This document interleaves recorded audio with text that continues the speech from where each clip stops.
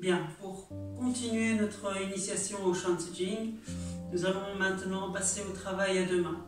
Le travail à deux mains est une phase que nous avons déjà abordée sans forcément y prêter attention.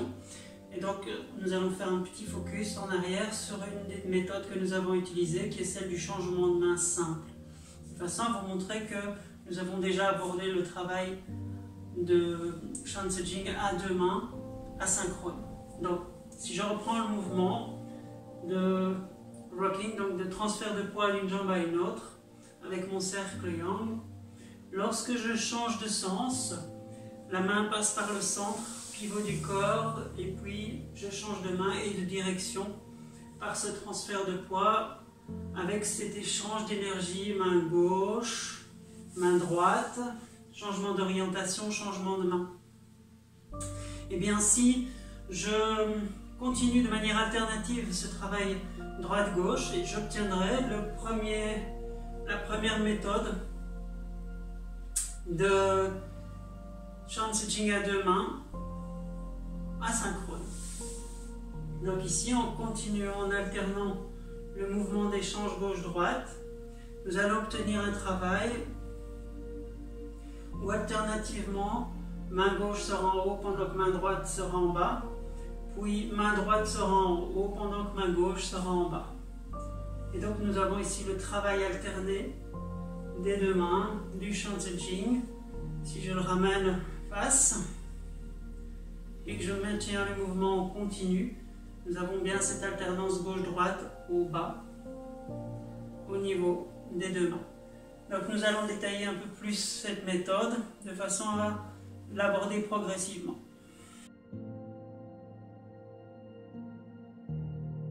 Donc nous allons débuter le travail en enroulement double asynchrone en position statique. Donc la position statique, je vous rappelle, pour les hommes c'est une largeur d'épaule, pour les femmes c'est une largeur du bassin. Nous allons placer pour redébuter le mouvement les mains au niveau du dantian inférieur. Puis nous allons les séparer gauche-droite pour les amener au niveau des plis de l'aine, au niveau des quads et du trenc de l'estomac, qui est un grand point de croisement énergétique. Prendre conscience de l'appui de la zone, votre verticalité, détente de la zone autour du bassin, dantian inférieur, relâcher les muscles des hanches. Et puis progressivement, nous allons tourner le corps gauche-droite par un pivot autour de la colonne, comme si nous utilisions la colonne vertébrale comme un axe, de façon à pivoter vers la droite, puis vers la gauche en alternant. Nous allons initier le mouvement du côté des pivots à chaque fois et progressivement augmenter l'amplitude de ces mouvements circulaires à gauche et à droite. Les mouvements vont se dérouler pour débuter dans un angle de 45 degrés, l'axe étant 45 degrés, la médiane passant par le centre du sternum qui est projeté un peu plus devant vous. Donc, continuons le mouvement, augmentons l'amplitude progressivement, jusqu'à obtenir le cercle qui va, dont le diamètre sera notre diamètre habituel, donc qui englobera l'ensemble de la cage thoracique et de l'abdomen. Le mouvement progressivement va revenir sur l'axe frontal lorsque l'amplitude sera complète, de façon à retrouver notre mouvement à une main habituelle, mais cette fois-ci en travaillant à gauche et à droite simultanément. Les deux mains sont donc asynchrones. Pendant qu'une main est en position haute, l'autre main sera en position basse, et puis nous inversons, main haute à gauche, main droite en bas, de façon continue. Nous allons avoir donc notre mouvement qui va se synchroniser, une main en haut, une main en bas. Donc les positions seront asynchrones puisque nous aurons une position haute qui correspondra à une position basse du côté opposé. Puis progressivement, nous allons réduire l'amplitude du mouvement.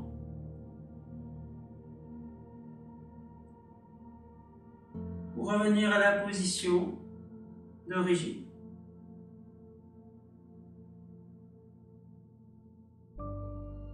Main au niveau du tronc de l'estomac, connecté à la zone. Puis revenir dantian inférieur.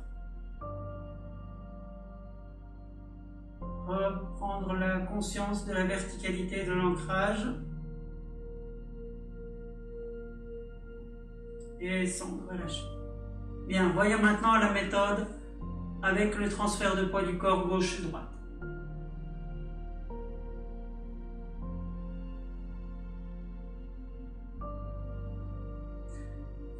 Bien, pour le transfert d'appui, nous allons adopter une posture cavalier, posture main-bout, un peu plus large. Et dans cette posture, nous allons reprendre le travail que nous avons fait tout à l'heure en statique, mais cette fois-ci en transférant le poids du corps d'une jambe à l'autre.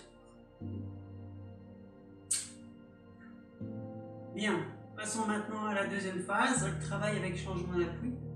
Pour cela, nous allons adopter la posture du cavalier, main-bout, de façon à mettre en application ce mouvement avec transfert de poids d'une jambe à l'autre. Et donc nous passerons d'une position de main-bout, cavalier, vers une position ou posture du parasan, posture du tigre aussi, appelée posture du tigre, en alternant gauche-droite.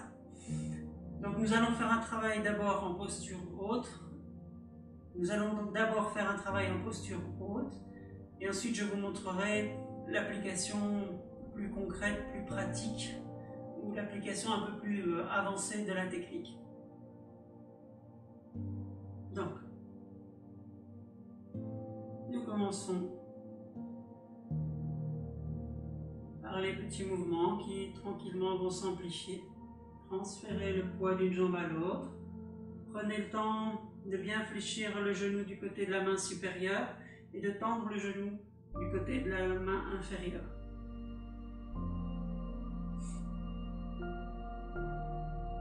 Transférez gauche-droite.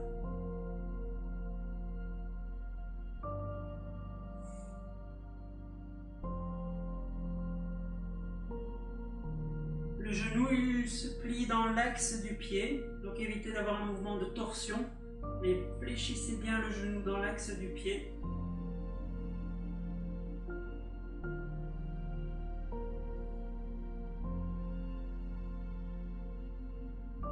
Et donc,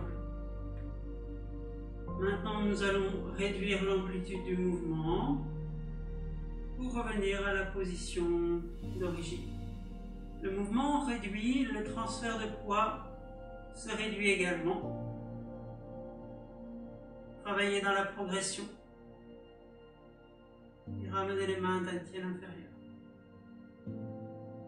Bien, maintenant je vais vous montrer un travail un peu plus avancé dans la technique, toujours sur le même principe. Donc, partir de la position cavalier, main-bout, et puis ici nous allons comprendre pourquoi cette posture s'appelle aussi la posture du parasan. Et donc progressivement ici je vais augmenter l'amplitude de mon transfert.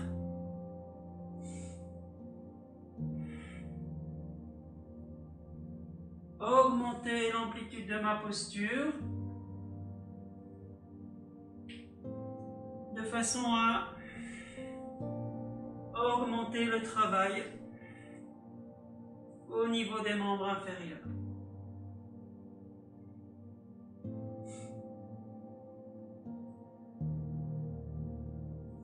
Et puis même chose, on réduit le mouvement, on réduit l'amplitude pour revenir à la position initiale.